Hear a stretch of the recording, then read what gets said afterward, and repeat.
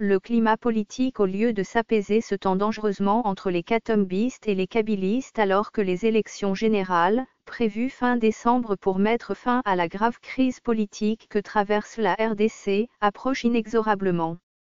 Dans une déclaration politique faite le jeudi 10 mai 2018 en réaction aux accusations de la police nationale qui reproche à l'ex-gouverneur du Katanga de préparer une rébellion à partir de l'Ituri, le bureau politique de Ensemble pour le changement dénonce ce qu'elle qualifie de « cabale et d'acharnement contre son leader » et annonce que son leader a fait part de son intention de saisir la justice pour diffamation et imputation dommageable. Ensemble pour le changement dénonce cette énième cabale politico-judiciaire montée de toutes pièces par le régime du président Joseph Kabila contre son leader et candidat à la prochaine élection présidentielle, Moïse Katumbi, dans le seul but de le nuire et de l'empêcher de jouir de la plénitude de ses droits politiques garantis par la Constitution.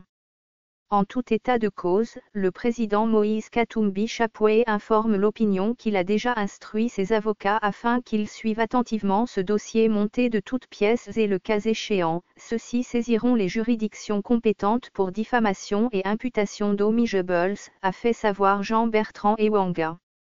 La plateforme de soutien de la candidature de Katumbi à la présidentielle appelle le peuple congolais à ne pas baisser les bras mais à se mobiliser davantage pour revendiquer par des actions pacifiques la décrispation politique, la tenue des élections transparentes, inclusives et crédibles le 23 décembre prochain.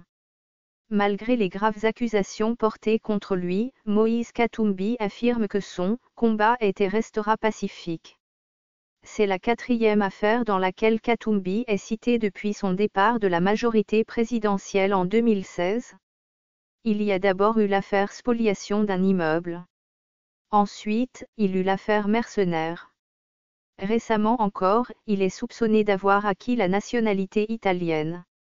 Il eut aussi l'affaire colonel John Chibangu, déserteur des FARD, qu'il aurait financé pour renverser les institutions politiques.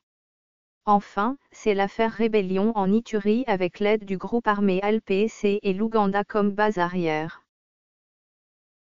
Ce fichier audio a été créé par Panopre Basic, vous pouvez le télécharger sur www.panopreter.com.